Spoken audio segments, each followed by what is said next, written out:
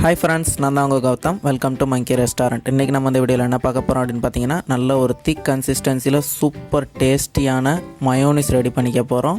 Egg use பண்ணி தான் ரொம்ப சூப்பராக இருக்க போகுது. ரொம்ப ஈஸி சிம்பிள் ரெசிபி தான். வாங்க டைரெக்டாக வீடியோக்குள்ளார போகலாம். இப்போ நம்ம கார்லிக் எக் மயோனிஸ் ரெடி பண்ணிக்க போகிறோம். அதுக்காக முதல்ல 3 கார்லிக் சேர்த்துருக்கோம். இது வந்து ஆப்ஷனல் தான், உங்களுக்கு வேணும் அப்படிங்கிறவங்க கார்லிக் சேர்த்துக்கோங்க மயோனீஸ்க்கு. கார்லிக் ஃப்ளேவர் எனக்கு பிடிக்காது அப்படிங்கிறவங்க கார்லிக்கை ஸ்கிப் பண்ணிக்கலாம். இப்போ நெக்ஸ்ட் சர்க்கரை சேர்த்துக்கோங்க,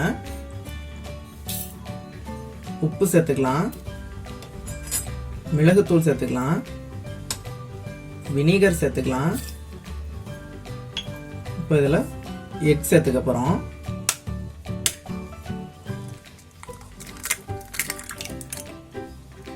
நாங்கள் வந்து எக்கோட ஒயிட் அண்ட் எல்லோ யோக் ரெண்டுத்தையுமே சேர்த்து தான் சேர்த்துக்க போகிறோம்.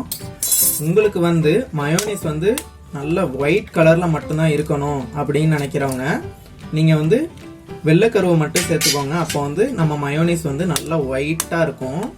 நீங்கள் மஞ்சக்கருவும் சேர்த்துக்கிட்டா டேஸ்ட்டில் ஒன்றும் வித்தியாசம் இருக்காது, கலரில் வந்து சேஞ்சஸ் இருக்கும். பியூர் ஒயிட்டாக உங்களுக்கு மயோனிஸ் கிடைக்காது. இப்போ இதை அரைச்சிக்கலாம்.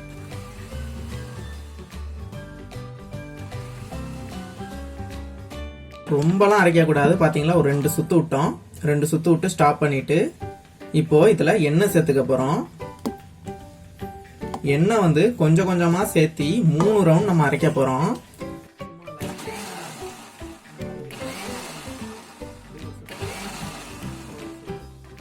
இப்போது செகண்ட் டைம் ஆயில் சேர்த்துக்கலாம்.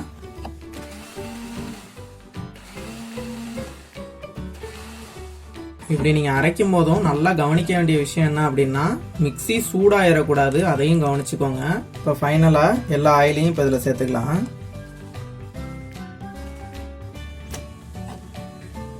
இப்போ நம்ம மயோனிஸ் ரொம்பவே சூப்பராக ரெடி ஆகிடுச்சு. நீங்களே பாருங்கள் எவ்வளோ திக்காக இருக்கும்னு மட்டும் பாருங்கள். பார்த்தீங்களா, நல்லா க்ரீமியாக சூப்பராக ரெடி ஆகிடுச்சு. கண்டிப்பாக மிக்ஸி சூடாகிற அளவுக்கு அரைச்சிடாதீங்க.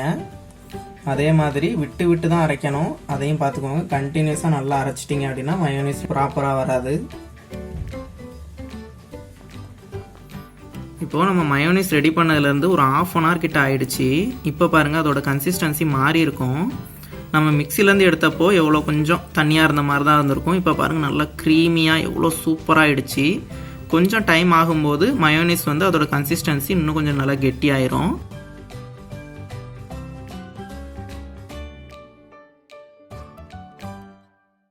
இந்த வீடியோ பிடிச்சிருந்துச்சு அப்படின்னா இந்த வீடியோவுக்கு மறக்காமல் ஒரு லைக் கொடுத்துருங்க.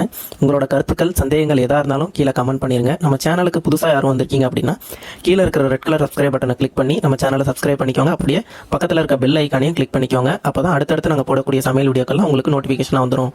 தேங்க்யூ.